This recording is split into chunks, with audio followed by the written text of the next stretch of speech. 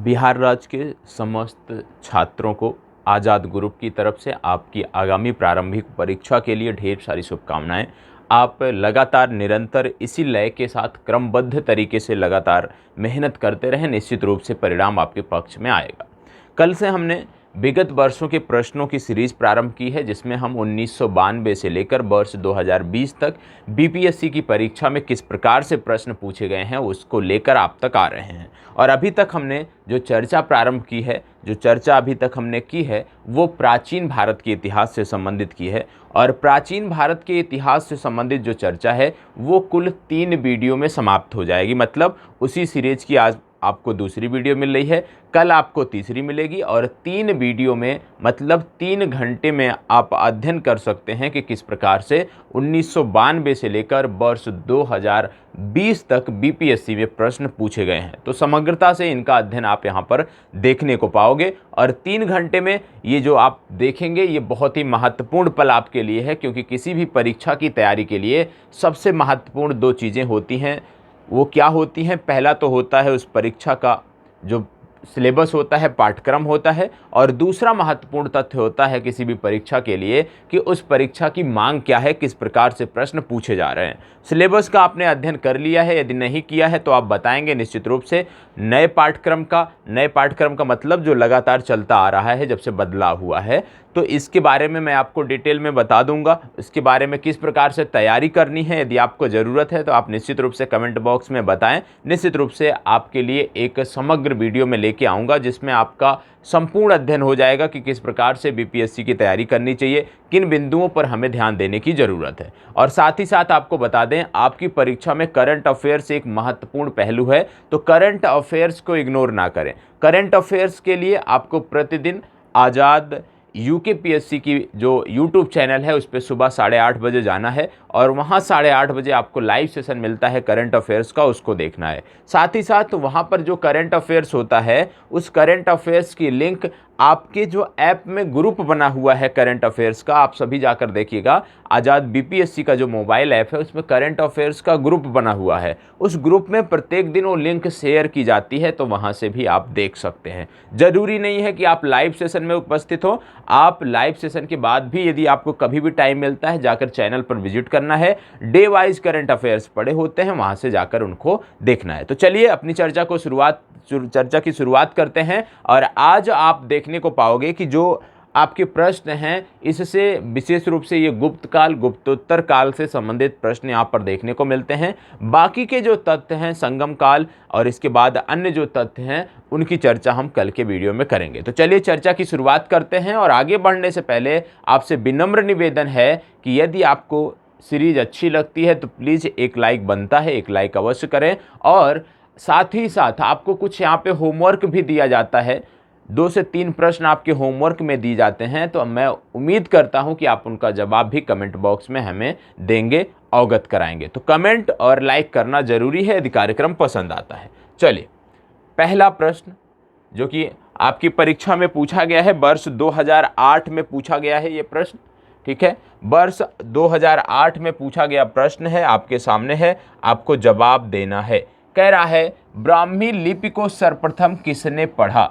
ब्राह्मी लिपि जो कि ज़्यादातर जो शिलालेख पाए गए हैं अशोक के काल के, उसमें देखने को मिलते हैं कि उसकी जो लिपि है अशोक के शिलालेखों की, वो ज़्यादातर ब्राह्मी लिपि है। हालांकि खरोष्टी और अरामाइक लिपि भी देखने को मिलती है, लेकिन ज़्यादातर जो शिलालेख हैं वहाँ पर आपको देखने को मिलता है ब्राह्मी लिपि। तो बताएं, ब्राह्मी लिपि को सर्वप्रथम किसने पढ़ा था? 4 विकल्प यहाँ पर दिए हुए हैं, इनमें से किसने पढ़ा था आपको बताना है। पहले लिखा है ए कर्निंघम, दूसरे में एएच दानी, तीसरा है ब्यूलर और चौथा है जेम्स प्रिंसप।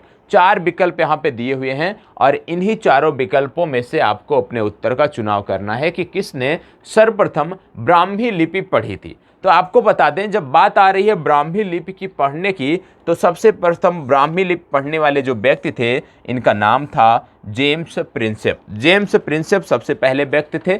और बात हो रही है अशोक के समय काल की, अशोक के समय काल की बात हो रही है, तो कुछ फैक्ट मैं अशोक से संबंधित बता देता हूं जो आपको पता होना चाहिए। सबसे पहली बात कि अशोक ने धम्म का प्रतिपादन किया था, ये आपको पता होना चाहिए।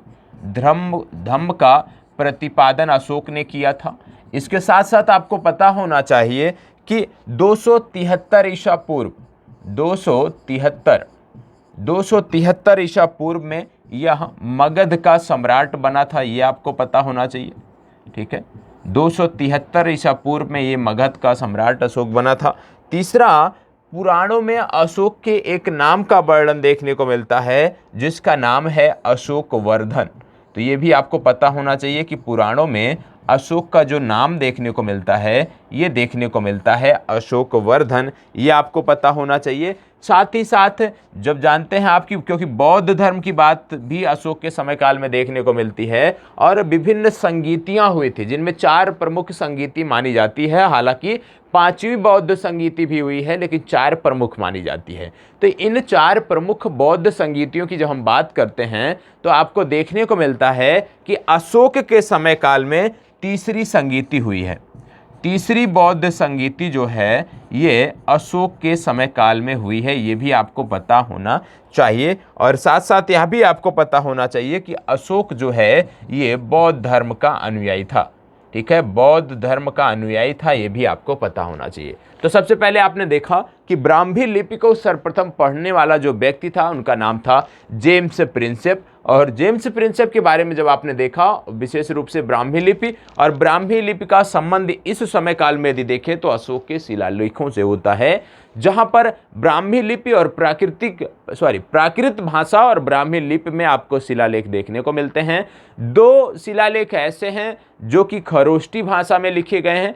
ठीक है, इसके साथ खरोष्टी लिपि में लिखे गए हैं, माफ करिएगा। और इसके साथ साथ आप देखोगे कि अरामाइक लिपि भी आपको इस समय काल में देखने को मिलती है। चलिए आगे बढ़ते हैं, अभी उनसे जुड़े हुए प्रश्न हैं तो वहां पर हम उनकी चर्चा डिटेल में करेंगे। यहाँ पे बोला जा रहा है मेगास्थनीज की पुस्तक का क्या नाम है, और ये जो प्रश्न है वर्ष 2005 की परीक्षा में पूछा गया है। आपको बता दें, जो ये प्रश्न आप देख रहे हैं इन सभी प्रश्नों का संकलन सब्जेक्ट वाइज आपके घटना चक्र पूर्वालोकन से किया गया है, और यदि आप इसको करने बैठेंगे तो निश्चित रूप से आपका बहुत ज़्यादा समय लगेगा। तो इसीलिए कोचिंग संस्थान की जिम्मेदारी बनती है कि सुचारू रूप से आपको चीज़ें उपलब्ध कराई जाएं, बेहतर ढंग से उपलब्ध कराई जाएं, और वही हमारा प्रयास है। तो यहाँ पे आपको बताना है मेगास्थनीज की पुस्तक का नाम क्या है। मेगास्थनीज की पुस्तक का क्या नाम है आपको बताना है। चले, मेगास्थनीज की पुस्तक का क्या नाम है। बहुत ही सरल आप कह सकते हो प्रश्न है, ये चीज़ें रटी होती हैं। यदि आप एक बार भी अच्छे से अध्ययन किए हैं इस विषय का तो निश्चित रूप से आप आसानी से जवाब दे सकते हैं। यहाँ पे बोला जा रहा है मेगास्थनीज की पुस्तक का क्या नाम है, इसका नाम है इंडिका। मेगास्थनीज की पुस्तक का नाम क्या है, इंडिका नाम है, ये आपको पता होना चाहिए। आप जानते हो कि मेगास्थनीज की जब बात होती है, कई बार पूछा जाता है कि मेगास्थनीज किसका समकालीन था, तो आपको बता दें मेगास्थनीज चंद्रगुप्त मौर्य और सिकंदर का समकालीन था। ठीक है, तो याद रखिएगा मेगास्थनीज जो है ये चंद्रगुप्त मौर्य और सिकंदर के समकालीन बताए जाते हैं, ये जानकारी आपको पता होना चाहिए। मेगास्थनीज ने नगर प्रशासन और भारतीय समाज के बारे में कुछ फैक्ट बताए हैं उस समय के। तो इन्होंने नगर प्रशासन के बारे में क्या बताया है उसके बारे में मैं आपको बता देता हूं। इन्होंने मेगास्थनीज ने नगर प्रशासन, विशेषकर मौर्यकालीन नगर प्रशासन के बारे में बताया है कि पाटलिपुत्र नगर प्रशासन जो था वो 30 सदस्यों वाली 6 समितियों द्वारा संचालित किया जाता था। मतलब पाटलिपुत्र का जो नगर प्रशासन था वो 30 सदस्यों वाले 6 समितियों के माध्यम से संचालित किया जाता था। और इन्होंने बताया कि इनमें एक समिति थी जिसका क्रम था तीसरी समिति, और तीसरी समिति आपके परीक्षा के लिए महत्वपूर्ण है क्योंकि तीसरी समिति का जो संबंध था ये जनगणना का हिसाब रखने से था। तो याद रखना है पाटलिपुत्र नगर प्रशासन में जो 6 समितियां थीं उनमें से तीसरी समिति महत्वपूर्ण है क्योंकि तीसरी समिति का जो संबंध है वो जनगणना के हिसाब रखने से संबंधित है। 6वीं समिति भी जो इसमें थी वो भी महत्वपूर्ण है। छाठवीं समिति का क्या संबंध था? छाठवीं समिति का कार्य था बिक्री कर वसूलना। तो छाठवीं समिति का कार्य था बिक्री कर वसूलना। तीसरी समिति का कार्य था जनगणना का हिसाब रखना। और इस समय के नगर के जो अधिकारी होते थे, जो नगर के अधिकारी होते थे, उनको एक नाम दिया गया था। ये नाम भी आपके लिए महत्वपूर्ण है, ये नाम भी आपको याद रखना है। ये मौर्यकालीन में नगर के अधिकारी होते थे, ठीक है। एस्टिनोमाई, ये आपको पता होना चाहिए। एस्टिनोमाई ये नगर के अधिकारी थे, ये आपको पता होना चाहिए। तो नगर प्रशासन के बारे में इतना फैक्ट आपको पता होना चाहिए।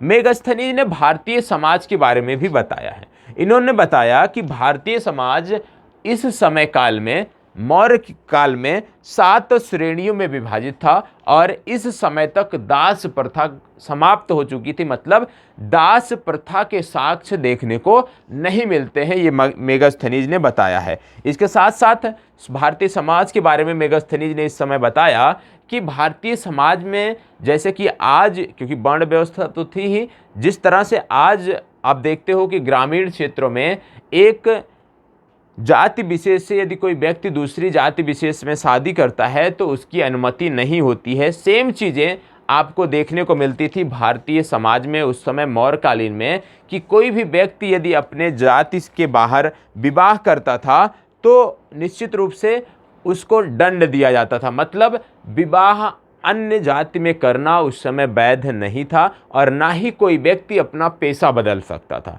तो ना कोई व्यक्ति अपना पेशा बदल सकता था, ना ही कोई व्यक्ति किसी अन्य जाति में अपनी शादी कर सकता था, विवाह कर सकता था, ये आपको पता होना चाहिए। मतलब पेशा भी नहीं बदल सकता था। इतनी आप कह सकते हो कि वर्ण व्यवस्था इतना उस समय के काल में इतनी मजबूत थी। इंडिका का लेखक कौन है? अभी आपने देखा कि मेगस्थनीज की पुस्तक है इंडिका, तो यहाँ पे इंडिका के लेखक कौन है? यहाँ पे इंडिका के लेखक, प्रश्न वही है, अलग समय में पूछा गया है और ये प्रश्न पूछा गया है 2015 में। तो इंडिका का लेखक कौन है? मेगस्थनीज, ठीक है। चले, अब यहाँ पे बोला जा रहा है मेगस्थनीज दूत किसका था, ठीक है। मेगस्थनीज से जुड़ा हुआ एक प्रश्न आपने देख लिया है। अब पूछा जा रहा है मेगस्थनीज किसका दूत था। तो चलिए बताएं, मेगस्थनीज किसका दूत था, आपको बताना है। यहाँ पे 4 नाम दिए हुए हैं, सेल्यूकस, सिकंदर, डेरियस या यूनानियों का। किसका दूत था मेगस्थनीज, ये आपको बताना है। और अभी आपने देखा कि मेगस्थनीज की महत्वपूर्ण पुस्तक थी मेगस्थनीज की इंडिका। अब आपको बताना है कि इनमें से किसका दूत था मेगस्थनीज। चलें बताएं, 10 सेकेंड आपके पास है, जवाब दीजिए। चलें, इसका सही उत्तर है सेल्यूकस। सेल्यूकस निकेटर का दूत था मेगस्थनीज, ये आपको पता होना चाहिए। और आपको पता यह भी होना चाहिए कि सेल्यूकस को पराजित करने वाला जो मौर्य शासक था उसका नाम था चंद्रगुप्त मौर्य, ठीक है। चंद्रगुप्त मौर्य ने सेल्यूकस निकेटर को पराजित किया था, ये आपको पता होना चाहिए।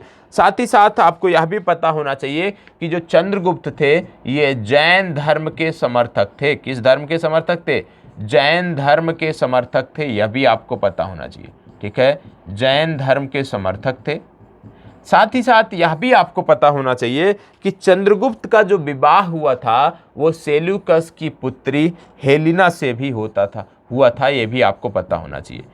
सेल्यूकस की पुत्री हेलेना से चंद्रगुप्त मौर्य का विवाह हुआ था, यह भी जानकारी आपको होनी चाहिए। तो पहला फैक्ट क्या है जो हमें यहीं पे याद हो जाना चाहिए। हमें प्रयास करना है कि इस क्लास से बाहर हमें कुछ भी लेकर जाना ना पड़े। इसी कक्षा में हम कम से कम 60 से 70% चीज़ों को अपने मन मस्तिष्क में रिमाइंडर आप कह सकते हो कि रख सके हमेशा के लिए। तो सेल्यूकस निकेटर को पराजित करने वाला शासक था चंद्रगुप्त मौर्य। चंद्रगुप्त मौर्य जैन धर्म के समर्थक थे और इनका विवाह जो है सेल्यूकस निकेटर की पुत्री हेलेना से हुआ था, इतनी जानकारी आपको होनी चाहिए। इसके साथ साथ कई बार बोला गया भी मेगस्थनीज की पुस्तक इंडिका, तो इंडिका के कुछ फैक्ट हैं जो आपको पता होना चाहिए कि भाई इंडिका किसके बारे में लिखी गई है या इंडिका में क्या चीज़ें हैं वो आपको पता होना चाहिए। सबसे पहली बात कि जो मेगस्थनीज की इंडिका थी, इस पुस्तक में चंद्रगुप्त मौर्य को सेंड्रोकॉट्स कहा गया है, ठीक है। सेंड्रोकॉट्स कहा गया, ये आपको पता होना चाहिए कि इंडिका में चंद्रगुप्त मौर्य को सेंड्रोकोट्स कहा गया, मतलब मेगास्थनीज ने चंद्रगुप्त मौर्य को सेंड्रोकोट्स की उपाधि प्रदान की। इसके साथ साथ उत्तरापथ का यहाँ पे वर्णन किया गया है, ये आपको पता होना चाहिए। उत्तरापथ, और उत्तरापथ एक प्रकार का मार्ग था जो जोड़ता था किसको, ये जोड़ता था सिंध को बंगाल से, ठीक है। तो उत्तरापथ का भी वर्णन किया गया है इसमें इंडिका में, और ये बताया गया है कि उत्तरापथ जो है ये सिंध को बंगाल से जोड़ता था, यह भी आपको पता होना चाहिए, ठीक है। तीसरा, मेगास्थनीज के अनुसार दास प्रथा भारत में विद्यमान नहीं थी। अभी आपको पूर्व में मैंने बताया कि मेगास्थनीज ने बताया कि दास प्रथा भारत में विद्यमान नहीं थी, लेकिन कौटिल्य ने बताया था कि भारत में इस समय काल में दास प्रथा विद्यमान थी, और 9 प्रकार के दासों का वर्णन भी उन्होंने किया है। तो यहाँ पे एक प्रकार से यदि देखें तो विरोधाभास उत्पन्न हो रहा है, जहां मेगास्थनीज कहते हैं कि इस समय काल में दास प्रथा विद्यमान नहीं थी, जबकि कौटिल्य उसी समय काल में बताते हैं कि यहाँ पे दास प्रथा विद्यमान थी और 9 प्रकार के दासों का वर्णन भी उन्होंने किया है, ठीक है। तो दोनों कथन याद रखिएगा, ये कथन पूछा जा सकता है प्रश्न में कि मेगास्थनीज के अनुसार भारत में दास प्रथा विद्यमान थी या नहीं, या कौटिल्य के अनुसार भारत में दास प्रथा विद्यमान थी या नहीं, इस पर ध्यान देने की जरूरत है। चलिए आगे बढ़ते हैं। प्रयास यही करिएगा कि इसी कक्षा में याद हो जाए, और ये जो 1 घंटे का लगभग समय है, ये आपके लिए सबसे ज़्यादा आउटपुट देने वाला समय बन सके, इस तरह से हमें इसको लेकर चलना है। बोला जा रहा है अंतिम मौर्य सम्राट कौन था, 4 नाम दिए हुए हैं, और ये प्रश्न यदि हम बताएं कब पूछा गया था, तो ये पूछा गया था 2008 में। 2008 में पूछा गया प्रश्न है, बताएं अंतिम मौर्य सम्राट कौन था, आपको बताना है। 4 विकल्प हैं, जालौक, अवंती वर्मा, नंदिवर्धन या बृहद्रथ। आपको बता दें अंतिम मौर्य सम्राट की बात हो रही है, अंतिम मौर्य सम्राट की बात हो रही है, तो यहाँ पे सही उत्तर है बृहद्रथ। आपको बता दें बृहद्रथ की हत्या पुष्पमित्र शुंग ने की थी, ठीक है, ये आपको पता होना चाहिए। पुष्पमित्र शुंग जो इनका सेनापति हुआ करता था, इसने इनकी हत्या की थी। तो अंतिम मौर्य शासक जो थे बृहद्रथ, उनकी हत्या उनके सेनापति पुष्पमित्र शुंग ने की थी, ये आपको पता होना चाहिए। यदि हम मौर्य काल के सम्राटों का समय काल देखें तो सबसे पहले जो आते हैं महत्वपूर्ण जो है उन्हीं की बात हम करेंगे, ये याद रखिएगा। तो आपको क्रम यदि कभी पूछा जाता है तो आप सफल रहेंगे बताने में। सबसे पहला शासक हुआ चंद्रगुप्त मौर्य, दूसरे स्थान पर शासक हुआ बिंदुसार, तीसरे स्थान पर शासक हुए अशोक,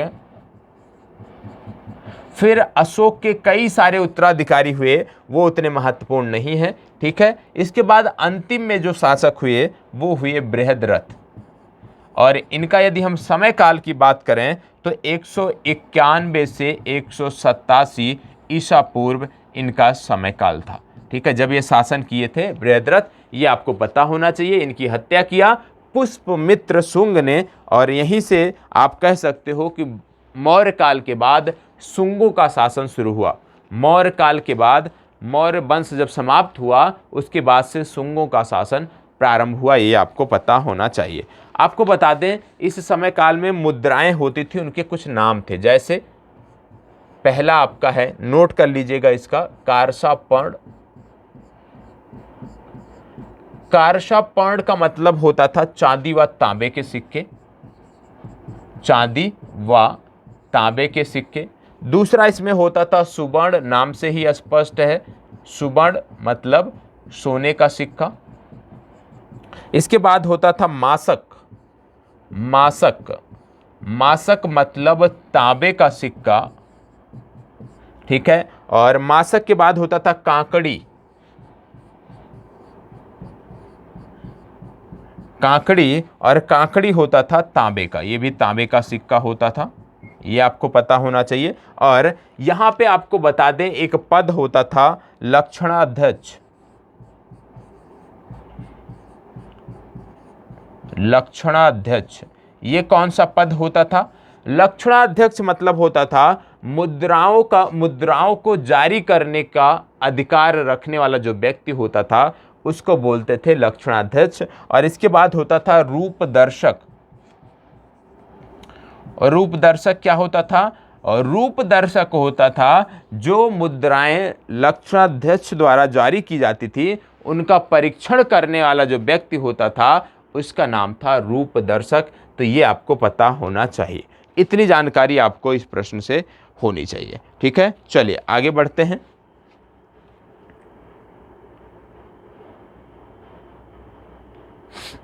किस अभिलेख में रुद्रदामन प्रथम की विभिन्न उपलब्धियां वर्णित हैं?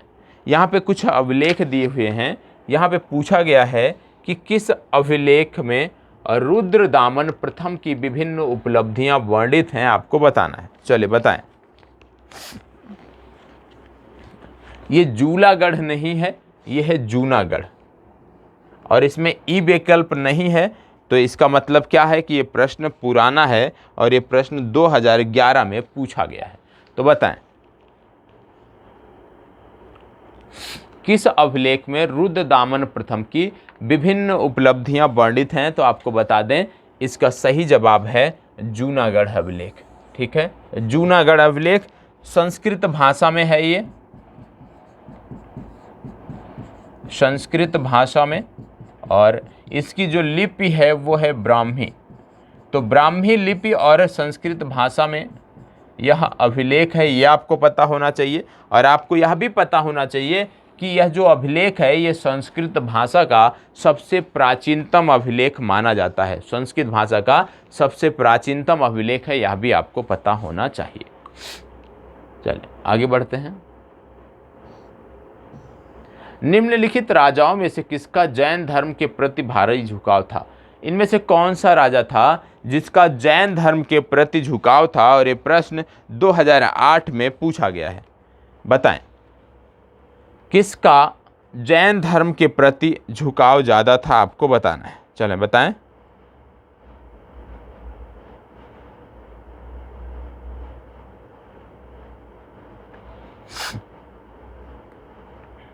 किसका जैन धर्म के प्रति झुकाव ज़्यादा था, आपको बताना है।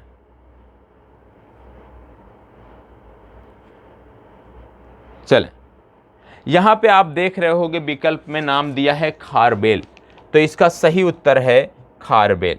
सही उत्तर क्या है? खारबेल। खारबेल शासक जो थे, खारबेल राजा जो थे, इनका जो झुकाव था ये जैन धर्म के प्रति ज़्यादा था। ठीक है, और आपको बता दें खारबेल के इतिहास को जानने का एकमात्र जो स्रोत है वो है हाथी गुम्फा से मिला बिना तिथि वाला अभिलेख।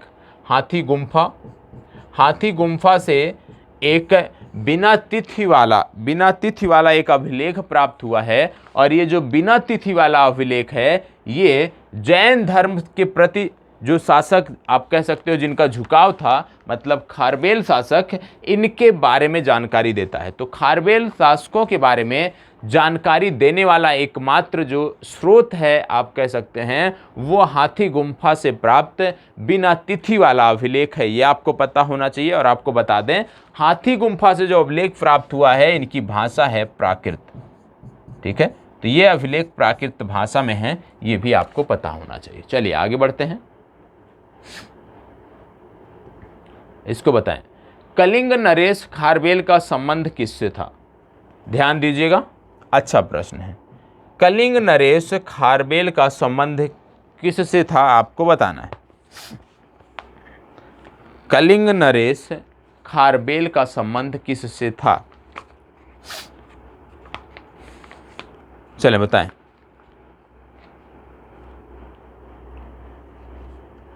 कलिंग नरेश खारबेल का संबंध किससे था? यहाँ पे आप देख रहे होंगे तो आपको बता दें इसका सही जवाब है ई विकल्प। क्यों ई विकल्प है? क्योंकि इसके एक से ज़्यादा उत्तर सही हो रहे हैं। पहला भी सही हो रहा है और दूसरा भी सही हो रहा है। कैसे सही हो रहा है? पहले तो इनका संबंध है चेदी वंश से, ये आपको पता होना चाहिए। और चेदी वंश के जो संस्थापक थे उनका नाम था महामेघवाहन।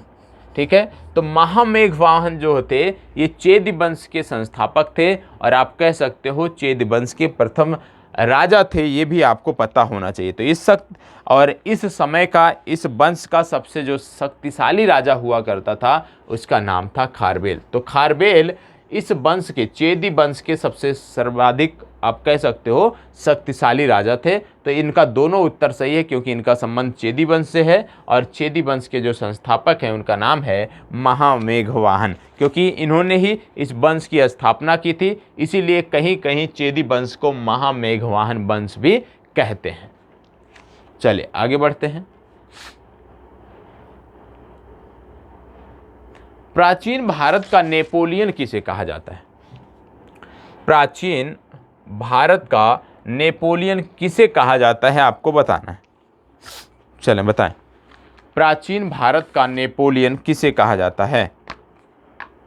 चंद्रगुप्त मौर्य, पुष्पमित्र, कनिष्क, समुद्रगुप्त, 4 नाम दिए हुए हैं। इनमें से कौन है जिसे प्राचीन भारत का नेपोलियन कहा जाता है? प्राचीन भारत के नेपोलियन की संज्ञा जिसको दी जाती है।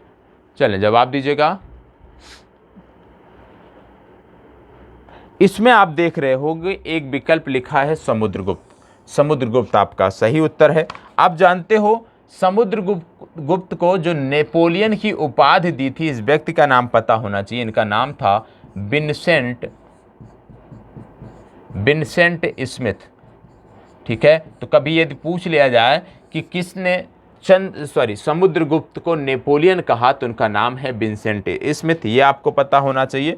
और आपको बता दें कि प्रयाग प्रशस्ति अभिलेख है, प्रयाग प्रशस्ति, ये आपके लिए महत्वपूर्ण है। इससे जुड़े हुए कुछ फैक्ट मैं आपको बता रहा हूँ क्योंकि इन्हीं से जुड़ते हैं, वो आपको पता होना चाहिए। जैसे सबसे पहले प्रयाग प्रशस्ति अभिलेख में हरिसेन द्वारा, हरिसेन एक कवि थे, आपको पता होगा, हरिसेन द्वारा जो है प्रशंसनात्मक वर्णन किया गया है समुद्रगुप्त का। दूसरा आपको पता होना चाहिए कि यहाँ पे समुद्रगुप्त के विजयों का उल्लेख किया गया है। ठीक है, तो समुद्रगुप्त के विजयों का उल्लेख कहाँ पर देखने को मिलता है? प्रयाग प्रशस्ति अभिलेख में देखने को मिलता है, ये आपको पता होना चाहिए। और इसी अभिलेख में इनके दरबारी कवि हरिसेन द्वारा इनके लिए, इनकी प्रशंसा में बहुत सारी बातें कही गई हैं, ये आपको पता होना चाहिए। आपको बता दें समुद्रगुप्त को एक उपाधि दी गई थी जिसका नाम था परक्रमांक, ये भी आपको पता होना चाहिए। ठीक है, समुद्रगुप्त को एक उपाधि दी गई थी जिसका नाम था परक्रमांक, ये भी पता होना चाहिए। ठीक है, तो इतनी जानकारी आपको होनी चाहिए कि प्राचीन भारत का नेपोलियन समुद्रगुप्त को किसने कहा? विंसेंट स्मिथ ने कहा। और प्रयाग प्रशस्ति अभिलेख है जहां पर समुद्रगुप्त की चर्चा देखने को मिलती है और इस अभिलेख में दरबारी कवि हरिसेन द्वारा इनकी प्रशंसा में बहुत सारी बातें कही गई हैं। दूसरा, समुद्रगुप्त के विजयों का वर्णन भी आपको यहाँ पर देखने को मिलता है। चलिए आगे बढ़ते हैं। गुप्त सम्राट जिसने हूणों को पराजित किया वह कौन था? बताएं, किस गुप्त सम्राट ने हूणों को पराजित किया, यह आपको बताना है। चलें, यहाँ पे 4 नाम दिए हुए हैं, स्कंदगुप्त, चंद्रगुप्त द्वितीय, स्कंदगुप्त, रामगुप्त। आपको बता दें यहाँ पे स्कंदगुप्त 2 बार नहीं है, ठीक है, समुद्रगुप्त है और स्कंदगुप्त। ठीक है, बताएं किसने हूणों को पराजित किया था, आपको बताना है।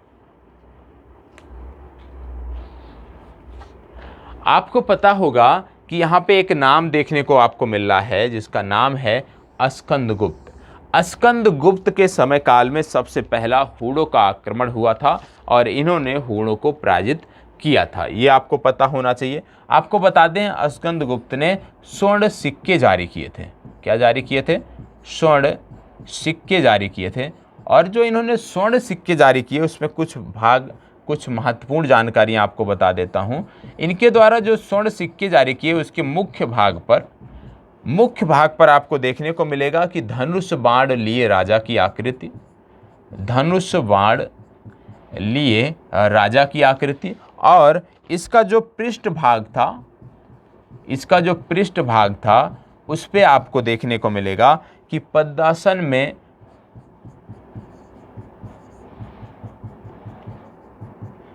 विराजमान लक्ष्मी, ठीक है, ये आपको पता होना चाहिए। पद्मासन में विराजमान लक्ष्मी, तो ये दोनों जानकारियां आपको पता होना चाहिए। इसके साथ साथ यहाँ पे जो अन्य सिक्के प्राप्त हुए सोने के कुछ, वह उनके ऊपर आपको देखने को मिलेगा गरुड़ ध्वज। गरुड़ ध्वज के साथ साथ यहाँ पे कर्मादित्य अंकित भी आपको देखने को मिलेगा। तो कहने का मतलब है कि सबसे पहली बात कि अस्कंद गुप्त ने हूणों को पराजित किया। अस्कंद गुप्त के समय में सबसे पहला हूणों का आक्रमण हुआ था। अस्कंद गुप्त ने अपने कार्यकाल के दौरान कुछ सोने के सिक्के भी जारी किए थे और उन सोनों के सिक्कों के मुख्य भाग में धनुष बाण लिए राजा की आकृति और इसके पृष्ठ भाग में लक्ष्मी विराजमान होती थी। और साथ ही साथ इन्होंने कुछ सिक्के ऐसे भी जारी किए जिनके ऊपर गरुड़ ध्वज तथा क्रमादित्य अंकित है, यह आपको पता होना चाहिए। चलिए आगे बढ़ते हैं। किस प्रकार के भूमि को अपहृत कहा जाता था? बताएं, किस प्रकार के भूमि को अपहृत कहा जाता था, आपको बताना है। बताएं, किस प्रकार के भूमि को अपहृत कहा जाता था, आपको बताना है। यहाँ पे आप देख रहे होंगे बिना जोती हुई जंगली भूमि, सिंचित भूमि, घने जंगल वाली भूमि, जोती हुई भूमि या उपयुक्त में से कोई नहीं। बताएं, इनमें से किस भूमि को अपहृत कहा जाता था, आपको बताना है। बात हो रही है ये गुप्त काल की। अब बता दें आपको कि गुप्त काल में जो बिना जोती हुई भूमि थी, मतलब बिना जोती हुई जंगली भूमि थी, उसको बोला जाता था अपहृत। क्योंकि आप जानते हो कि गुप्त काल में आप समझ सकते हो कि कृषि से संबंधित गतिविधियों में ज़्यादा लोग संलग्न थे। आप कह सकते हो उस समय काल का प्रमुख जो व्यवसाय था वो कहीं ना कहीं कृषि ही था। और आपको बता दें कि अमरकोश में 12 प्रकार की कृषि भूमियों का उल्लेख भी मिलता है। अमरकोश में 12 प्रकार की कृषि भूमियों का उल्लेख भी देखने को मिलता है। आपको देखने को मिलेगा एक अभिलेख है जिसका नाम है मंदसौर अभिलेख। कौन सा है? मंदसौर अभिलेख। ये महत्वपूर्ण है, याद रखिएगा। मंदसौर अभिलेख में यह बताया गया है कि इस समय के रेशम बुनकर थे जिनके द्वारा भव्य सूर्य मंदिर का निर्माण भी कराया गया था। तो याद रखिएगा, मंदसौर अभिलेख है गुप्त काल का जो बताता है कि रेशम बुनकरों के द्वारा सूर्य मंदिर का निर्माण और उसकी मरम्मत कराई गई थी। इतनी जानकारी आपको होनी चाहिए। इसके साथ साथ आपको पता होना चाहिए कि इस समय जो भूमिकर संग्रह करने वाले अधिकारी थे, भूमिकर को संग्रह करने वाले जो अधिकारी थे उनका नाम था ध्रुवाधिकरण। क्या था? ध्रुवाधिकरण।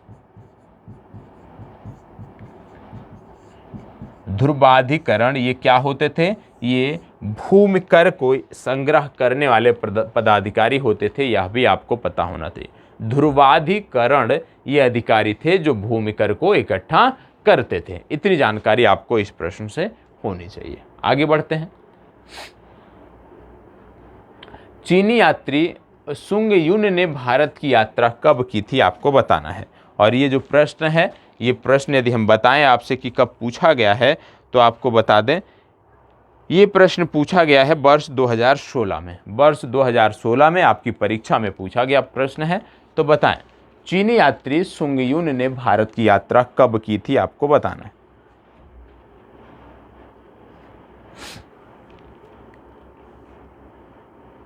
चलें, इसमें आपको बता दें कि इसका ए विकल्प सही है। 515 से 520 ईसा पूर्व। 518 में ये भारत आया था। इसका उद्देश्य था बौद्ध स्थलों की यात्रा करना, बौद्ध धर्म के बारे में जानकारी एकत्र करना, और इसने अपनी यात्रा के दौरान बौद्ध स्थलों की संपूर्ण यात्राएं की और बौद्ध स्थलों के बारे में, बौद्ध धर्म के बारे में जानकारी एकत्र की। चलें, इसको बताएं, हर्षवर्धन के शासनकाल में किस चीनी यात्री ने भारत की यात्रा की? हर्षवर्धन का शासनकाल, इस समय कौन सा चीनी यात्री आया, आपको बताना है। चलें बताएं, हर्षवर्धन के शासनकाल में कौन सा चीनी यात्री भारत आया? चलें बताएं, हर्षवर्धन के शासनकाल में कौन सा चीनी यात्री भारत आया? 4 दिए हुए हैं और आपको पता होगा, सबको पता होगा कि इस समय काल में हुएन सांग जो था चीनी यात्री, ये भारत आया था और हुएन सांग ने एक ग्रंथ लिखा भारत से जाने के बाद। भारत से वापस जाने के बाद इन्होंने एक ग्रंथ लिखा और इस ग्रंथ का नाम भी आपको पता होना चाहिए। इसका नाम था सी यू की।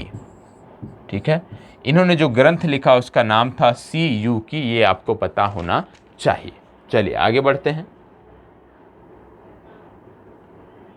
कल्हड़ की पुस्तक का क्या नाम है? ये भी कई बार पूछा गया प्रश्न है और आपकी परीक्षा में ये पूछा गया है। बताएं कल्हड़ की पुस्तक का क्या नाम है। और आपको बता दें ये जो प्रश्न है वर्ष 2011 में पूछा गया है। 53वीं और 55वीं बीपीएससी का जो एग्जाम हुआ था उसमें पूछा गया है। बताएं कल्हड़ की पुस्तक का क्या नाम है। ये भी बहुत आसान सा है, आप जानते हैं कि इनकी पुस्तक का नाम है राज तरंगिणी।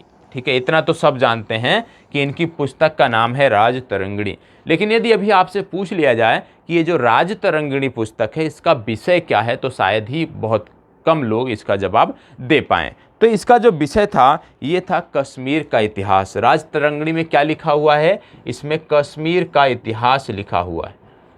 ठीक है, कश्मीर का इतिहास लिखा हुआ है। और यदि बात किया जाए कि किसके शासनकाल में लिखा गया है, तो आपको बता दें जय सिंह के शासनकाल में ये लिखा गया है।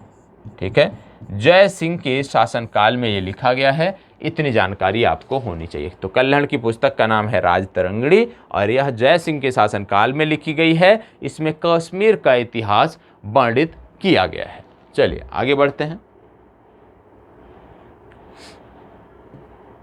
इसको बताएं उदंतपुर शिक्षा केंद्र निम्न में से किस राज्य में अवस्थित था? उदंतपुर शिक्षा केंद्र, बताएं ये लिखा है उदंतपुर शिक्षा केंद्र निम्नलिखित में से कहां पर स्थित था? 60वीं ये पूछा गया है 2016 में। 2016 में पूछा गया है। बताएं 60वीं और 61वीं बीपीएससी में पूछा गया है। उदंतपुर शिक्षा केंद्र निम्नलिखित में से किस राज्य में अवस्थित था, आपको बताना है। और आपको बता दें इसकी जो स्थापना की थी वो किया था पाल वंश के शासकों ने। और पाल वंश के शासक हुआ करते थे गोपाल। पाल वंश के शासक गोपाल के द्वारा उदंतपुर शिक्षा केंद्र की स्थापना की गई थी। वर्तमान समय में यह बिहार राज्य के अंतर्गत आता है। तो बिहार इसका सही उत्तर है। इसको बताएं कर्नाट वंश का संस्थापक कौन था? कर्नाट वंश का संस्थापक कौन था, आपको बताना है। बताएं कर्नाट वंश का संस्थापक कौन था? नान्यदेव, नरसिंह देव, विजय देव या हरिदेव या इनमें से कोई नहीं या एक से अधिक? आपको पता होगा कर्नाट वंश का जो शासनकाल था, ऐसा बोला जाता है कि मिथिला का यदि सर्वोच्च आप कह सकते हो शासन का समय या मिथिला का स्वर्ण युग आप कह सकते हो, तो मिथिला का जो स्वर्ण युग था वो कर्नाट वंश के शासनकाल के समय था। तो कर्नाट वंश का शासनकाल मिथिला का स्वर्ण युग था। और आपको बता दें कि नान्यदेव ने 1097 से 98 में इसकी स्थापना की थी। ठीक है, 1097 से 98 में इसकी स्थापना की गई थी। ठीक है, चलिए आगे बढ़ते हैं। इसको बताएं कर्नाट वंश का अंतिम शासक कौन था? अभी आपने देखा कि स्थापना किसने किया? नान्यदेव ने किया। अब पूछा जा रहा है कि अंतिम शासक कौन था, तो अंतिम शासक आपको बताना है इनमें से अंतिम शासक कौन था। और जो अंतिम शासक थे इनके द्वारा पंजी व्यवस्था की शुरुआत की गई थी। कर्नाट वंश के अंतिम शासक हरि सिंह थे और हरि सिंह के द्वारा पंजी व्यवस्था की शुरुआत बिहार क्षेत्र के अंतर्गत की गई थी। इसको बताएं किस काल में अछूत की अवधारणा स्पष्ट रूप से उद्धृत हुई है? बताएं किस काल में अछूत की अवधारणा उभर कर सामने आई है, आपको बताना है। ऋग्वैदिक काल, उत्तर वैदिक काल, उत्तर गुप्त काल या धर्मशास्त्र के समय? चलें बताएं। ये प्रश्न 1994 में पूछा गया है। ठीक है, तो इसका सही उत्तर है धर्मशास्त्र के समय। डी विकल्प आपका सही उत्तर है। आप जानते होंगे कि धर्मशास्त्र के समय मुख्य रूप से 4 वर्ण बताए जाते थे। पहला होता था ब्राह्मण, सबको पता होगा। दूसरा वर्ग होता था क्षत्रिय, तीसरा वर्ग होता था वैश्य और चौथा वर्ग होता था शूद्र। तो ये 4 वर्ग होते थे, 4 वर्ण होते थे धर्मशास्त्र के समय, ये भी आपको पता होना चाहिए। चलिए आगे बढ़ते हैं। कनिष्क के शासनकाल में बौद्ध सभा किस नगर में आयोजित की गई थी? बहुत ही आसान सा प्रश्न है, ठीक है। बात हो रही है कनिष्क के शासनकाल की, तो बताएं। और जब भी इसकी बात हो तुरंत आपको राजतरंगिणी याद आना चाहिए। क्यों? क्योंकि राजतरंगिणी में जो इतिहास लिखा गया है वो कश्मीर के इतिहास की बात होती है। तो इस तरह से यदि आप चीज़ों को लिंक करोगे, थोड़ा सा अपने मन मस्तिष्क पर जोर दोगे चीज़ों को याद करने के लिए, तो आपकी चीज़ें बहुत ही बेहतर देखने को मिलेंगी। तो कनिष्क के शासनकाल में बौद्ध सभा किस नगर में आयोजित की गई थी, आपको बताना है। आप जानते हैं कि चौथी बौद्ध सभा जो थी ये कश्मीर में आयोजित की गई थी, ठीक है। अब इसमें देखें तो आप जानते हो कश्मीर के कुंड वन में आयोजित की गई थी, और यहाँ पे आपने देखा था कि वसुमित्र ने इसकी अध्यक्षता की थी। पहली कहाँ आयोजित की थी? पहली आयोजित की गई थी राजगृह में, आप कह सकते हो, ठीक है, राजगृह में, या आप कह सकते हो सप्तपर्णी गुफा में।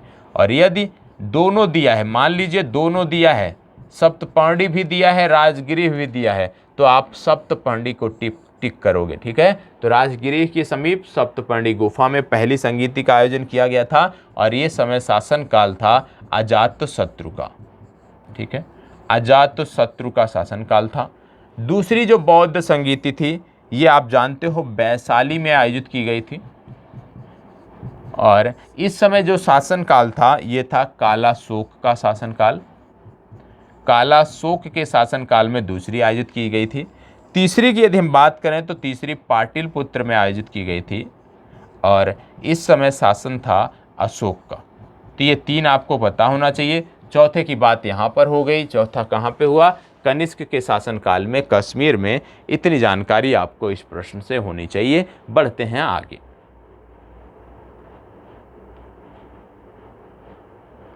चलें इसको बताएं।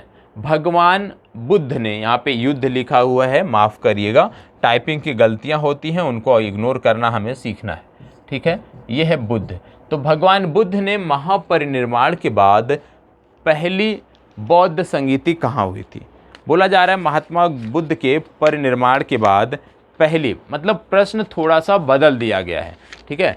कहने का मतलब है प्रश्न की जो भाषा है वो थोड़ी सी बदल दी गई है। यदि ऐसे पूछ लिया जाता कि पहली बौद्ध संगीति का आयोजन कहाँ किया गया था, वही बात होती। लेकिन यहाँ पे भ्रमित करने के लिए इस तरह से पूछ लिया गया कि परिनिर्वाण के बाद पहली बौद्ध संगीति कहाँ आयोजित हुई थी। आपको पता होगा जो बौद्ध संगीतियों का आयोजन हुआ है वो महात्मा बुद्ध के महापरिनिर्वाण के बाद ही हुआ है, ठीक है। तो प्रश्न वही है, थोड़ा सा आपको यहाँ पे भ्रमित करने का प्रयास किया गया है, ठीक है। तो इसका सही उत्तर क्या होगा?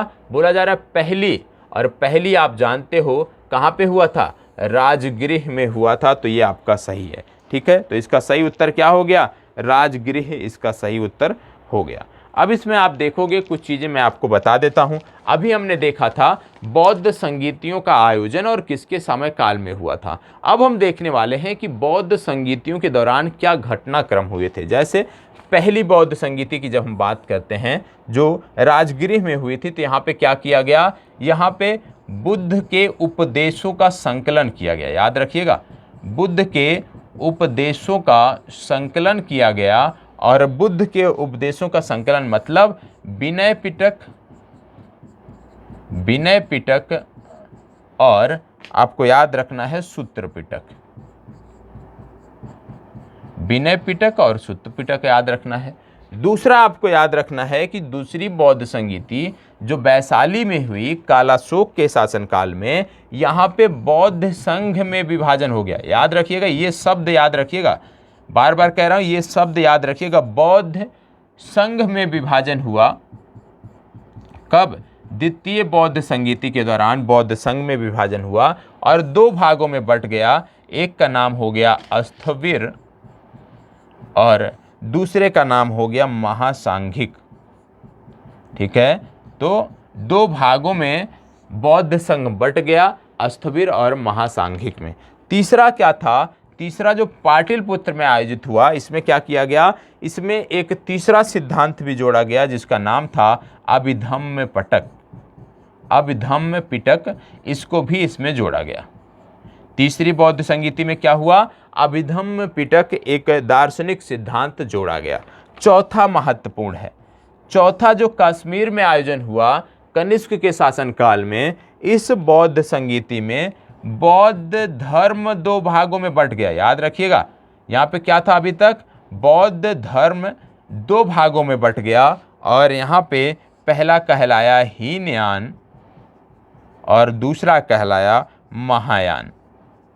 तो आपको याद क्या रखना है, आपको दूसरा और चौथा बहुत ही महत्वपूर्ण है, बहुत ध्यान से देखना है। याद रखिएगा, दूसरे में बौद्ध संघ विभाजित हुआ है और चौथे में बौद्ध धर्म विभाजित हुआ है। ये चीज आपको पकड़ने की जरूरत है। दूसरे में बौद्ध संघ का विभाजन स्थविर और महासांघिक में हुआ, वहीं चौथे में बौद्ध धर्म का विभाजन हीनयान और महायान में हुआ। ये दोनों पॉइंट आपको याद रखने हैं, ठीक है। तो बौद्ध संगीति से जुड़ा हुआ यदि अब कोई प्रश्न आता है तो आपका गलत नहीं होना चाहिए, क्योंकि इससे जुड़े हुए जितने भी पक्ष थे उन सभी पक्षों को, उन सभी पहलुओं को हमने ध्यान से विधिवत अध्ययन यहाँ पर किया है। चलिए आगे बढ़ते हैं।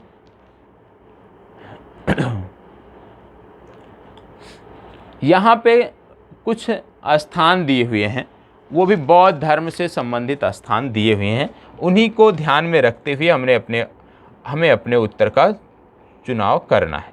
चलिए देख लेते हैं। यहाँ पे बोला जा रहा है कि जन्म, मतलब बात हो रही है भगवान बुद्ध के जन्म की। तो भगवान बुद्ध का जन्म कहाँ पे हुआ था, आप सब जानते हैं लुम्बिनी में हुआ था, ठीक है। मतलब ए का कौन सा सही है, तीसरा। अब यदि आप विकल्प देखने चले जाओ कि सिर्फ आपको इतना पता था कि इनका जन्म हुआ था लुम्बिनी में और कुछ भी नहीं पता था, मान लो आपको कुछ भी नहीं आ रहा है, सिर्फ इतना पता है कि जन्म इनका लुम्बिनी में हुआ था, तो क्या आपका उत्तर निकल रहा है, जी हाँ निकल रहा है। कैसे, आपने मिला दिया इसको तीसरे से, और पहले का तीसरा मतलब लुम्बिनी से जैसे ही आपने मैच किया, आप अपने उत्तर पे गए तो आपको तुरंत उत्तर मिल गया सी विकल्प, क्योंकि सी में क्या है, पहले का तीसरा, और किसी भी विकल्प में पहले का तीसरा नहीं है, ये आपको पता होना चाहिए, ठीक है। तो यहाँ से आपका जो उत्तर था वो लगभग 50% क्लियर हो गया।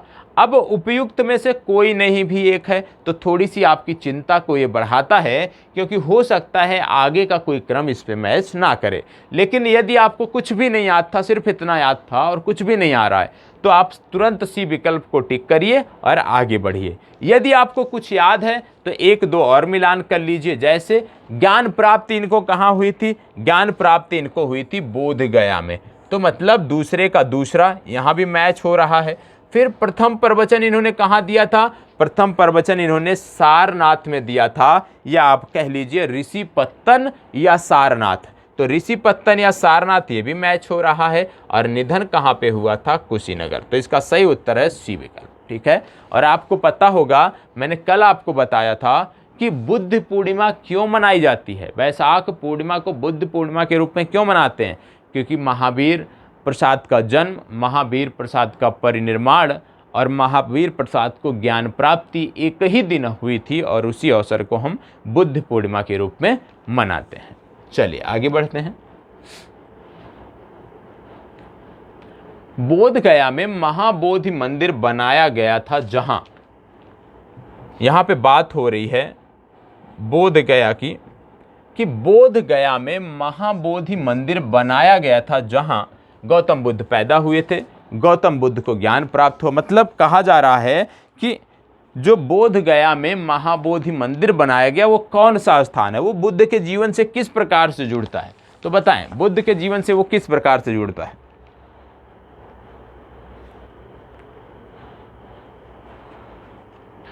ये जुड़ता है क्योंकि यहाँ पे गौतम बुद्ध को ज्ञान प्राप्त हुआ था। और आपको बता दें कि 2002 में, वर्ष 2002 में यूनेस्को ने इसको विश्व धरोहर स्थल के रूप में भी मान्यता दे दी है। चलिए आगे बढ़ते हैं। गौतम बुद्ध को एक देवता का स्थान किस राजा के युग में प्राप्त हुआ? बताएं। ये महत्वपूर्ण है, कहीं ना कहीं अभी आपको बौद्ध संगीति याद करना पड़ेगा, तब जाके आप इसका मतलब समझ पाओगे। बताएं। गौतम बुद्ध को एक देवता का स्थान किस राजा के समय काल में प्राप्त हुआ? अशोक के समय काल में, कनिष्क के, चंद्रगुप्त और हर्ष। यहाँ पे इसका सही उत्तर है कनिष्क, क्योंकि आप जानते हो कनिष्क के समय काल में बौद्ध धर्म, जो चौथी बौद्ध संगीति थी, उस दौरान बौद्ध धर्म दो भागों में, दो धर्मों में विभाजित हो गया था। अभी आपने पढ़ा था कौन कौन सा आपने पढ़ा था अभी, कि बौद्ध धर्म का विभाजन हीनयान तथा महायान में हो गया था। अब हीनयान तथा महायान जो शाखा थी, इसमें जो महायान शाखा थी उसने बौद्ध धर्म के जो प्रमुख थे गौतम बुद्ध को एक भगवान के रूप में मान्यता दी।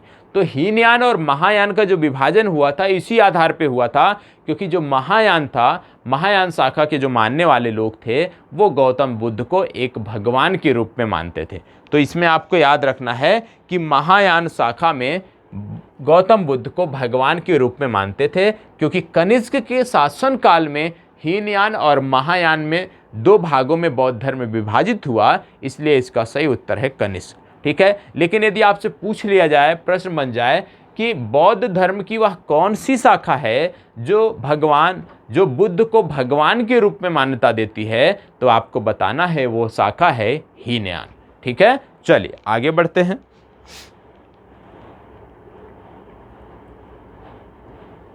ईसा पूर्व 6वीं सदी में विश्व की प्रथम गणतंत्रात्मक व्यवस्था कहाँ देखने को मिली? बताएं, कहाँ देखने को मिली गणतंत्रात्मक व्यवस्था? Vaishali, Athens, Sparta, Pataliputra. इसका सही उत्तर है वैशाली। ठीक है, वैशाली इसका सही उत्तर है। आगे, 16 महाजनपदों की सूची उपलब्ध है कहाँ पर? 16 महाजनपदों की सूची कहाँ पर उपलब्ध है? महाभारत में, अगस्त्य निकाय में, छांदोग्य उपनिषद में या संयुक्त निकाय में? बताएं, जवाब दीजिएगा। इसका सही उत्तर है अगंतुर निकाय में। बी विकल्प इसका सही उत्तर है। आपको बता दें कि जो 16 महाजनपद थे उनमें सबसे महत्वपूर्ण जो महाजनपद है जो आपकी परीक्षा में पूछा जा सकता है मेरे हिसाब से, वो है, उसका नाम है अस्मक। अब आप पूछोगे कि भैया 16 में अस्मक ही क्यों पूछा जाएगा? तो बता दें आपको कि 16 महाजनपदों में अस्मक महाजनपद एकमात्र महाजनपद था जो दक्षिण में स्थित था। ठीक है, तो याद रखिएगा 16 महाजनपदों में अस्मक एकमात्र महाजनपद है जो दक्षिण में स्थित है। इस देश के बारे में आपको पता होना चाहिए, बाकी के बारे में भी नाम आपको पता होना चाहिए। इसको बताएं, नालंदा विश्वविद्यालय में स्थापना का युग है, मतलब नालंदा विश्वविद्यालय की स्थापना किसके समय काल में की गई थी, यही पूछा जा रहा। पाल, गुप्त, कुषाण या मौर्य?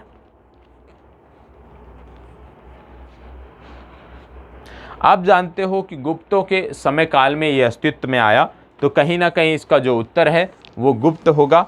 आपको पता होगा सर्वप्रथम कुमार गुप्त प्रथम ने नालंदा बौद्ध विहार को दान दिया था, यह भी आपको पता होगा। तो इसका जो सही उत्तर है, इसका सही उत्तर है गुप्त, ये आपको पता होना चाहिए। सी विकल्प इसका सही उत्तर है। नालंदा विश्वविद्यालय किस लिए प्रसिद्ध है? बताएं, जवाब दीजिएगा इसका। नालंदा विश्वविद्यालय किस लिए प्रसिद्ध था? बौद्ध धर्म, दर्शन, रसायन विज्ञान, तर्कशास्त्र या चिकित्सा विज्ञान? आपको बता दें माफ करिएगा, सॉरी, आपको बता दें इसका सही उत्तर है बौद्ध धर्म दर्शन। आप जानते हो कि ह्वेनसांग जो हर्षवर्धन के समय काल में भारत आया था, उसने भी नालंदा बौद्ध विहार में अध्ययन किया था। बौद्ध धर्म के बारे में उसने नालंदा में अध्ययन किया था। तो इसका सही उत्तर हो गया सी विकल्प बौद्ध दर्शन। इसको बताएं, मध्यकालीन भारत में मनसबदारी व्यवस्था क्यों लागू की गई थी? मध्यकालीन भारत में मनसबदारी व्यवस्था क्यों लागू की गई थी? चले बताएं, अच्छा प्रश्न पूछा गया है। क्यों लागू की गई थी मनसबदारी व्यवस्था? राजस्व एकत्रित करने के लिए, सैनिकों की सुगमता से भर्ती हेतु, धार्मिक सद्भाव की स्थापना हेतु, स्वच्छ प्रशासन सुनिश्चित करने हेतु, उपयुक्त में से कोई नहीं। बताएं। सबसे पहली बात तो आपको बता दें, मनसबदारी का जो प्रचलन देखने को मिलता है वो अकबर के समय काल में देखने को मिलता है। मनसब में तीन बातें निर्धारित होती। मनसब से आप तीन चीज़ों का आकलन कर सकते थे, तीन बातें निर्धारित होती थी। सबसे पहले निर्धारित होता था कि पदाधिकारी की वरीयता क्या है, क्योंकि जिसका मनसब बड़ा होगा मतलब उसको ज़्यादा जिम्मेदारी दी गई है। दूसरा, वेतनमान उसी के अनुसार होता था। और तीसरा कि उसको कितने सैनिक रखने हैं वह भी मनसब पर ही आधारित होता था। मतलब सैनिक उत्तरदायित्व उसका कितना है वह भी मनसब पर ही डिपेंड करता था। मतलब इसमें एक मनसब की कैटेगरी बनाई गई थी और उस कैटेगरी के अनुसार होता था कि मान लीजिए आपको 1 लाख रुपए का मनसब दिया जाता है तो आपको कम से कम 10,000 सैनिक रखने होंगे। आपको 50,000 का मनसब दिया जाता है तो आपको कम से कम 5,000 सैनिक रखने होंगे। इस तरह से सैनिकों के रखने की जिम्मेदारी दी गई थी। तो कहीं ना कहीं इसका सही उत्तर क्या है? सैनिकों की सुगमता से भर्ती है, तो बी विकल्प इसका सही उत्तर है। चलें इसको बताएं। यहाँ पे नीचे दो वक्तव्य दिए गए हैं जिनमें एक कथन दूसरा कारण है। ठीक है, पहला कथन कह रहा है 12वीं शताब्दी के अंत तक नालंदा महाविहार का पतन हो गया था। दूसरा कारण में कह रहा है महाविहार को राजकीय प्रशय मिलना बंद हो गया था। तो यहाँ पे बोला जा रहा है कि जो पतन हो गया था क्या इसी कारण था कि इसको जो है राजकीय प्रशय मिलना बंद हो गया था? अब आपको बताना है। सबसे पहले आप जानते हो कि 12वीं शताब्दी के अंत तक नालंदा महाविहार का पतन क्यों हो गया था?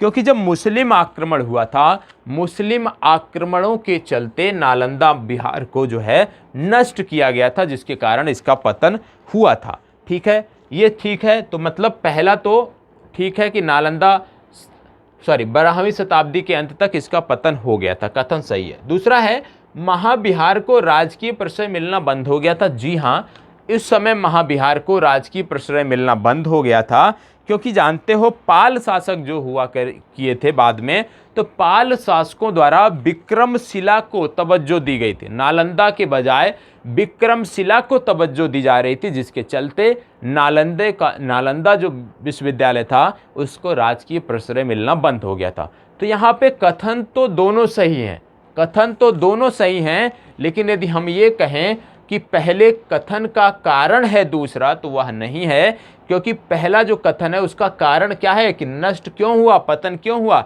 सबसे पहले मुस्लिम आक्रमणों के चलते पतन हुआ। इसलिए इसका उत्तर बी है कि ए और आर दोनों सही हैं, परंतु आर ए की सही व्याख्या नहीं करता है। तो बी विकल्प इसका सही उत्तर है। ठीक है, चलिए। प्रथम मगध साम्राज्य का उत्कर्ष किस शताब्दी में हुआ? बताएं। प्रथम मगध साम्राज्य का उत्कर्ष किस शताब्दी में हुआ? आप जानते हो राजा बिंबिसार के समय में ये देखने को मिलता है। 544 से 492 ईसा पूर्व की बात है। मतलब बात हो रही है 6वीं शताब्दी ईसा पूर्व। बी विकल्प आपका सही उत्तर है। मगध की राजधानी कौन सी थी? बताएं। मगध की राजधानी कौन सी थी? अब इसमें देखोगे तो यहाँ पे यदि ई विकल्प दिया होता तो निश्चित रूप से हम ई विकल्प की तरफ जाते, अन्यथा ये प्रश्न गलत है। क्यों? क्योंकि प्रारंभ में जो इसकी राजधानी थी वो थी गिरिब्रज। जो आपका विकल्प दिया है सी विकल्प, ये है प्रारंभ में इसकी राजधानी यही हुआ करती थी। हालांकि बाद में उदयन ने पाटलिपुत्र को राजधानी बनाया था, तो इसमें दोनों दिया हुआ है। तो आप किस पर जाओगे? आपको ई विकल्प पर जाना है, क्योंकि अब आपकी परीक्षा में ई विकल्प दिया रहता है, तो आपको ई विकल्प का चुनाव करना है। प्राचीन महाजनपद मगध की प्रथम राजधानी कौन सी थी? अब देखो यहाँ पे क्या है, यहाँ पे आप देख रहे होगे कि पाटलिपुत्र, वैशाली, चंपा और ई, इतने सारे विकल्प दिए हुए हैं। अब इनमें से आप किसको टिक करोगे? बताएं। 32, इसका सही जवाब क्या होगा?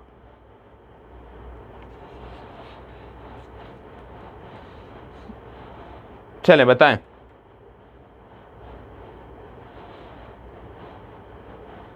यहाँ पे बात हो रही है प्रथम राजधानी, और प्रथम राजधानी अभी मैंने आपको पिछले प्रश्न में बताया कि राजगिरी या गिरिब्रज जो थी ये इनकी प्रथम राजधानी थी, और राजगिरी या गिरिब्रज इनमें नाम नहीं दिया हुआ है, इसलिए आप ए विकल्प का चुनाव करोगे।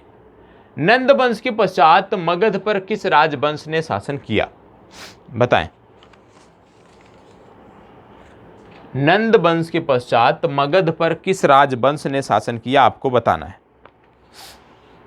मौर्य वंश, शुंग वंश, गुप्त वंश, कुषाण वंश, बताएं। किसने शासन किया मगध पर नंद वंश के पश्चात?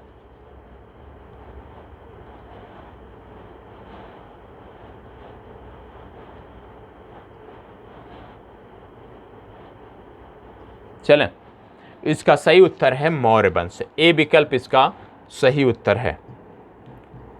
ए विकल्प इसका सही उत्तर है, मौर्य वंश ने शासन किया। और आपको बता दें कि नंद वंश जो था, नंद वंश में कुल 9 राजा हुआ करते थे, 9 सम्राट हुए थे, ये आपको पता होना चाहिए। साथ ही साथ इसकी स्थापना जो था वो महापद्म नंद ने की थी, ये आपको पता होना चाहिए। ये आपको पता होना चाहिए कि नंद वंश की स्थापना महापद्म नंद ने की थी। और इसका एक अलग नाम देखने को मिलता है जिसका नाम है उग्रसेन। तो उग्रसेन भी इसी का नाम है, उपनाम आप कह सकते हैं, दूसरा नाम कह सकते हैं। और इसका अंतिम जो राजा था उसका नाम था घनानंद। घनानंद इसका अंतिम सम्राट था, ये आपको पता होना चाहिए। तो नंद वंश का प्रथम सम्राट महापद्म नंद या उग्रसेन, और इनका अंतिम सम्राट घनानंद था, ये आपको पता होना चाहिए। चलिए आगे बढ़ते हैं। इसको बताएं, जिसके ग्रंथ में चंद्रगुप्त मौर्य का विशिष्ट रूप से वर्णन हुआ है वह कौन है, बताएं। वह कौन है जिनके ग्रंथ में चंद्रगुप्त मौर्य का विशिष्ट रूप से वर्णन हुआ है? भास, शूद्रक, विशाखदत्त या अश्वघोष? चलिए जवाब दीजिएगा। प्रश्न अच्छा है।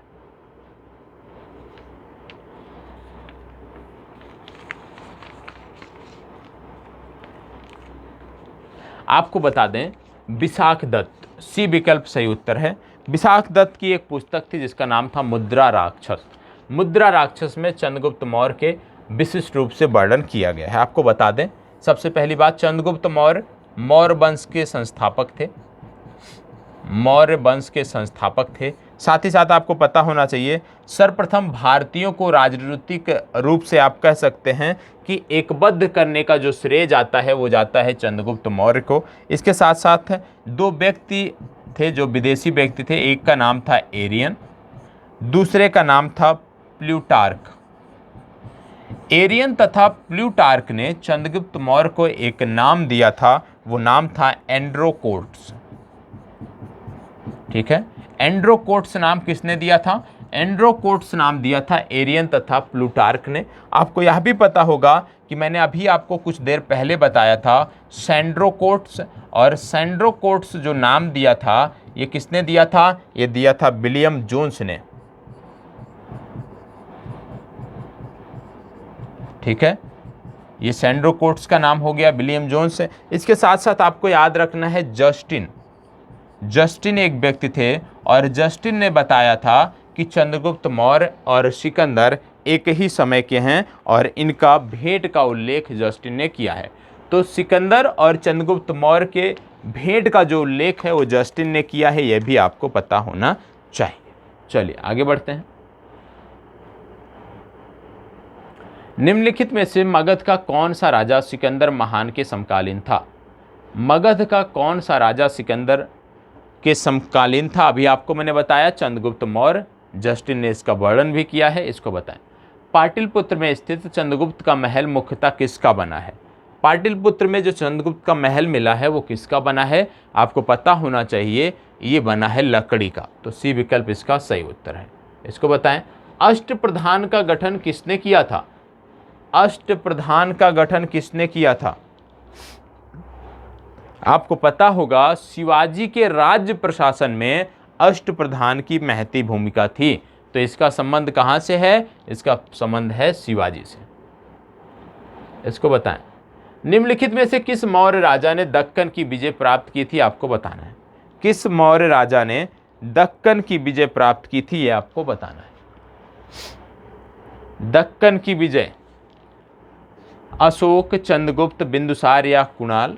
तो आपको बता दें यहाँ पे चंद्रगुप्त हैं जिन्होंने दक्कन की विजय प्राप्त की थी। ठीक है, चलिए इसको बताएं। वह अभिलेख जिससे यह प्रमाणित होता है कि चंद्रगुप्त का प्रभाव पश्चिम भारत पर था, वह कौन है? वह कौन है जिससे पता चलता है कि चंद्रगुप्त का प्रभाव जो है वो पश्चिम भारत पर था? 4 इसमें दिए गए हैं। आपको बता दें इसका सही उत्तर है रुद्रदामन का जूनागढ़ अभिलेख। सी विकल्प सही उत्तर है। आपको बता दें इसी अभिलेख से यह भी पता चलता है कि इनके एक प्रांतीय शासक होते थे जिनका नाम था पुष्पगुप्त, और पुष्पगुप्त ने सुदर्शन झील बनवाई थी। इसका भी वर्णन इसी जूनागढ़ शिलालेख में देखने को मिलता है। किसने बनवाई थी? प्रांतीय शासक पुष्पगुप्त ने। इसको बताएं, निम्नलिखित में से कौन सा क्षेत्र अशोक के साम्राज्य में सम्मिलित नहीं था? इनमें से कौन सा क्षेत्र था जो अशोक के साम्राज्य में सम्मिलित नहीं था? आपको पता होगा कि सम्राट अशोक ने अपने बेटी को भेजा था धर्म के प्रचार के लिए, बौद्ध धर्म के लिए। तो कहाँ भेजा था? श्रीलंका भेजा था, मतलब श्रीलंका इनमें सम्मिलित नहीं था।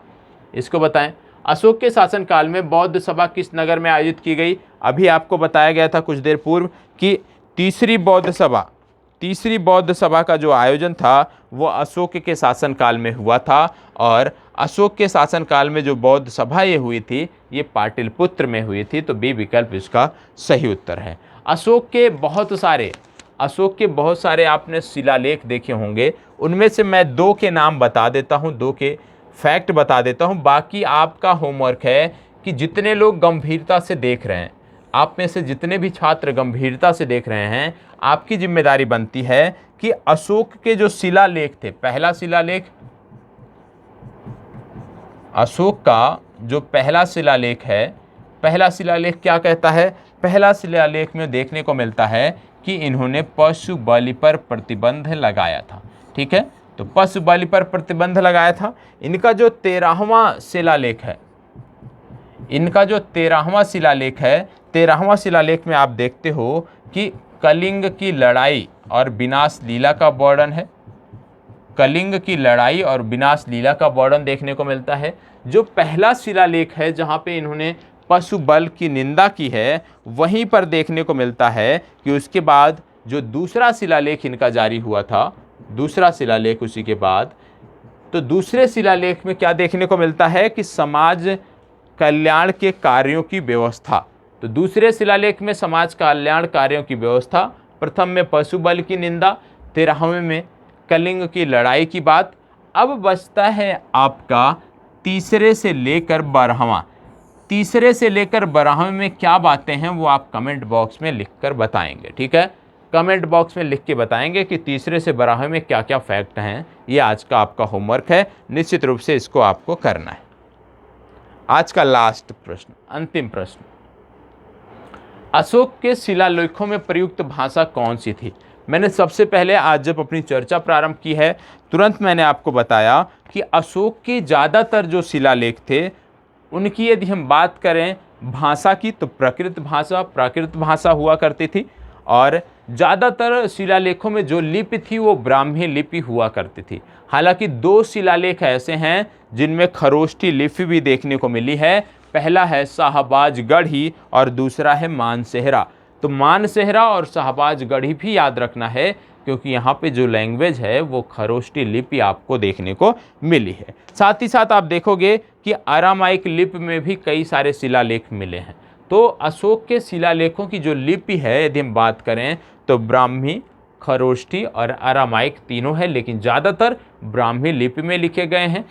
खरोष्ठी लिपि में मानसेहरा मैंने आपको बताया और शाहबाजगढ़ी, ये 2 आपको याद रखने हैं। तो आज की जो चर्चा थी उसको यहीं पर समाप्त करते हैं। उम्मीद करता हूँ कि इससे आपको जिस तरह से कल की जो कक्षा थी उसको आपने इतना ढेर सारा प्यार दिया, इतनी संतुष्टि आपने दिखाई, उसी प्रकार से आज की कक्षा में भी आपको विशेषकर प्राचीन भारत का जो हम अध्ययन कर रहे हैं उसमें बहुत सारे फैक्ट मिले होंगे, क्योंकि प्रीवियस ईयर विगत वर्ष के जो प्रश्न पत्र होते हैं निश्चित रूप से हमारी तैयारी को धार देने वाले होते हैं। इनसे हम अपनी तैयारी को जांच सकते हैं और अपनी तैयारी को जांचने का बेहतर माध्यम होते हैं विगत वर्षों के प्रश्न पत्र। तो निश्चित रूप से उम्मीद करता हूँ आज भी आप सब संतुष्ट होंगे। यदि संतुष्ट हैं, कक्षा रेगुलर चाहिए तो प्लीज़ लाइक, शेयर और कमेंट अवश्य कर दीजिएगा। धन्यवाद। कल फिर मिलेंगे और कल हमारा प्राचीन भारत से संबंधित अंतिम वीडियो होगा और उसमें हम प्राचीन भारत में अभी तक प्राचीन भारत से आए हुए संपूर्ण प्रश्नों को देख लेंगे। तो 3 घंटे की हम वीडियो में प्राचीन भारत से